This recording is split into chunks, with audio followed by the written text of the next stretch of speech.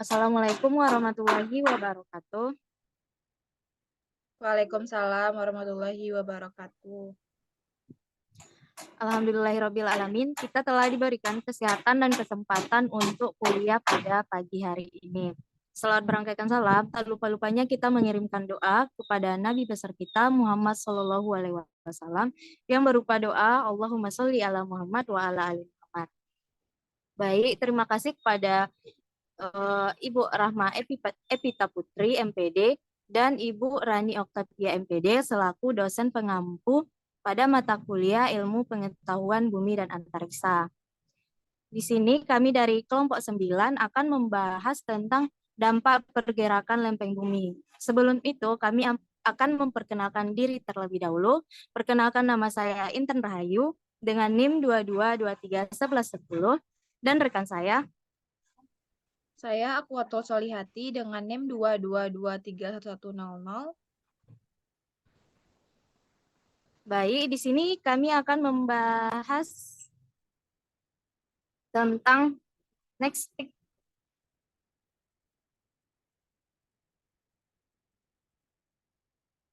Nah, pertama tuh kami akan membahas tentang yang pertama pengertian lempeng bumi.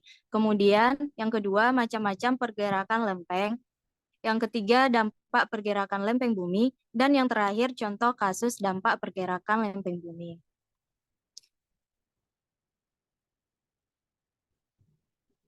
Pengertian lempeng bumi. Apa sih itu lempeng?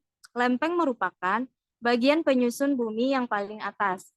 Lempeng memiliki ketebalan 100 km.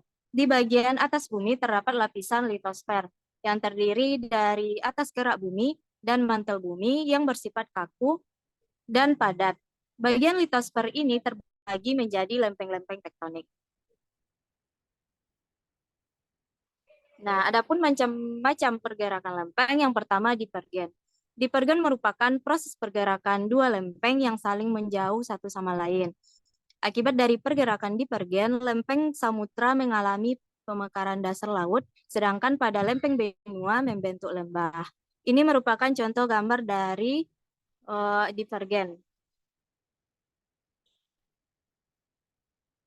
Yang kedua, konvergen. Konvergen adalah pertemuan dua lempeng yang saling berdekatan sehingga menimbulkan tumbukan. Karena tumbukan itu, salah satu lempeng akan tertekuk dan menghujam masuk ke bawah bagian lempeng lainnya. Nah, bisa dilihat dari gambar, kami sudah memaparkan tentang gambar konvergen. Kemudian jenis pergerakan konvergen. Jenis pergerakan konvergen ini terbagi atas tiga. Yang pertama itu antar lempeng benua dan samudra. Pergerakan lempeng menghasilkan zona subduksi, yaitu zona di mana lempeng samudra masuk ke bawah lempeng benua. Contoh, pegunungan Sirkum Pasifik dan pegunungan Andes. Yang kedua, antar lempeng samudra dan samudra. Gerakan ini mendekatkan lempeng samudra dengan samudra lainnya.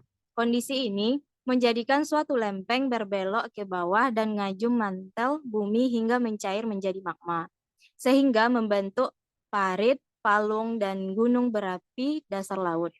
Kemudian yang ketiga yaitu antar lempeng benua dan benua. Tumbukan lempeng benua menjadikan keduanya terlipat, patah hingga menebal, dan membentuk rantai pegunungan besar dari batuan yang terangkat ke atas. Kondisi ini membentuk pegunungan daratan, contohnya pegunungan Himalaya dan dataran tinggi Tibet. Yang ketiga yaitu transform. Transform merupakan bertemunya dua lempeng yang menyebabkan gesekan secara menyamping dan di sepanjang sesar. Mirip dengan pergeseran gerak bumi, akibatnya adanya patahan horizontal. Yang dimana contohnya yaitu jenis batas lempeng transform dalam sesar San Andreas di California.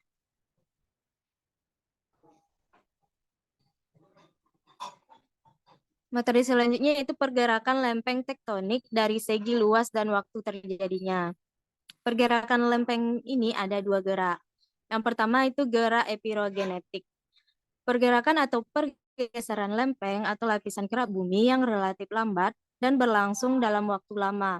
Pergerakan epirogenetik juga meliputi daerah yang luas, contohnya tenggelamnya benua Gondwana menjadi sesar Hindia.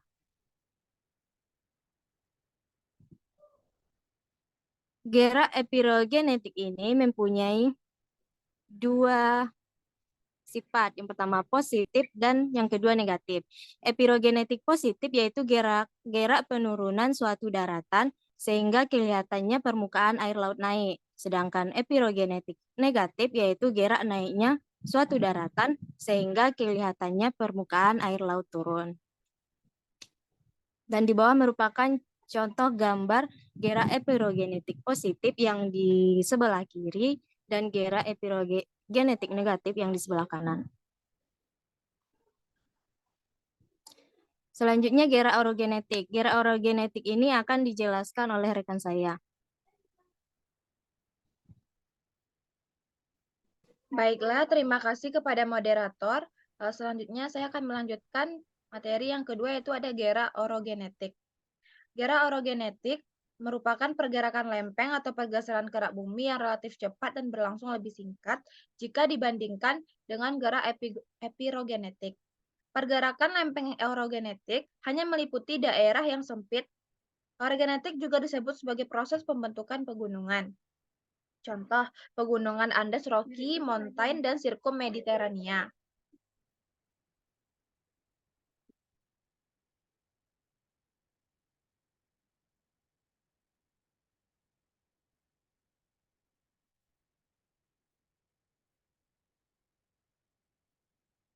Selanjutnya, akibat dari gerak orogenetik.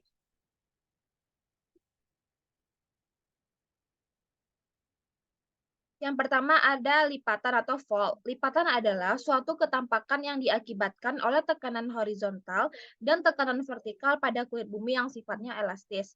Pada lipatan terdapat bagian yang turun atau sinklinal dan bagian yang terangkat dinamakan antiklinal. Berikut ini gambar-gambar dari contoh akibat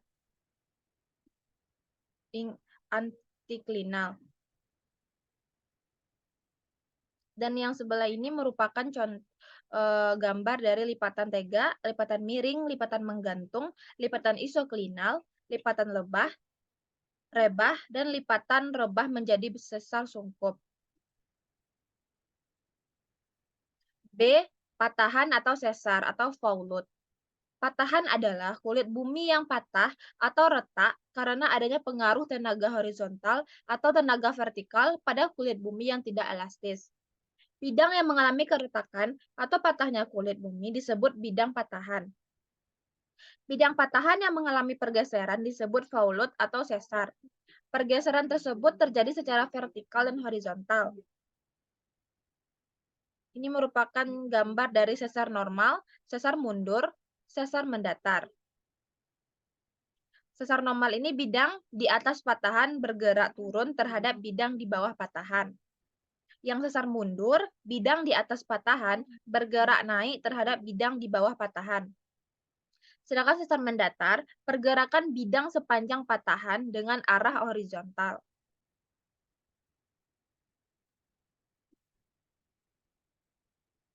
Selanjutnya, dampak pergerakan lempeng bumi.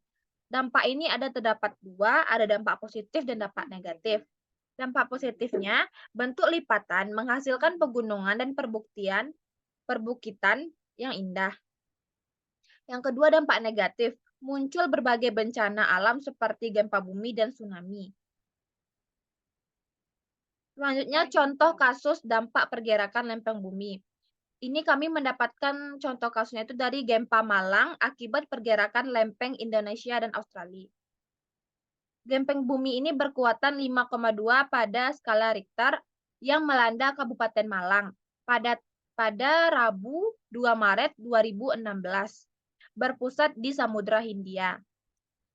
Kepala Stasiun Geofisika Karangkates di Kecamatan Sumber Pucung, Musripan mengatakan pusat gempa berada di 8,95 lintang selatan dan 113,51 bujur timur di kedalaman 19 km dari permukaan laut atau 81 km barat daya Kabupaten Malang.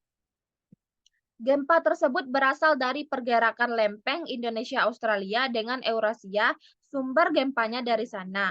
Wilayah pesisir selatan itu masuk zona cincin api. Musripan menjelaskan gempa bumi terjadi akibat pelepasan energi di dalam bumi yang secara tiba-tiba ditandai patahnya lapisan batuan pada kerak bumi.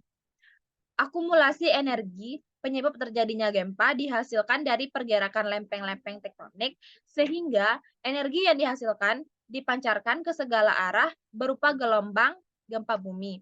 Hal ini menimbulkan efek yang dapat dirasakan hingga ke permukaan bumi.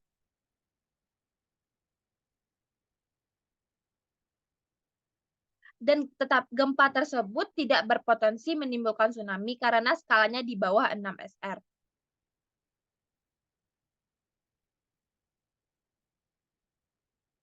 Dan Sekretaris Palang Merah Indonesia Kabupaten Malang, Aprili Janto, menyatakan bahwa menerima laporan kerusakan bangunan rumah dan perkantoran atau timbulnya korban jiwa.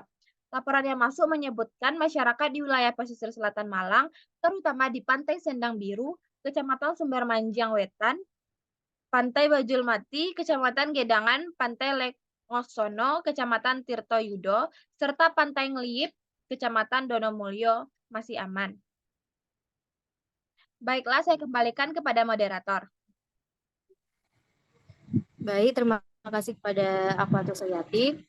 Itu saja materi dari kami pada pagi hari ini. Bagi teman-teman yang ingin bertanya ataupun menambahkan materi, silakan berdiskusi di e-learning. Baik, terima kasih kepada Ibu dan teman-teman. Kami mohon maaf apabila ada salah kata dalam penyampaian materi kami hari ini. Kami akhiri. Assalamualaikum warahmatullahi wabarakatuh. Waalaikumsalam warahmatullahi wabarakatuh.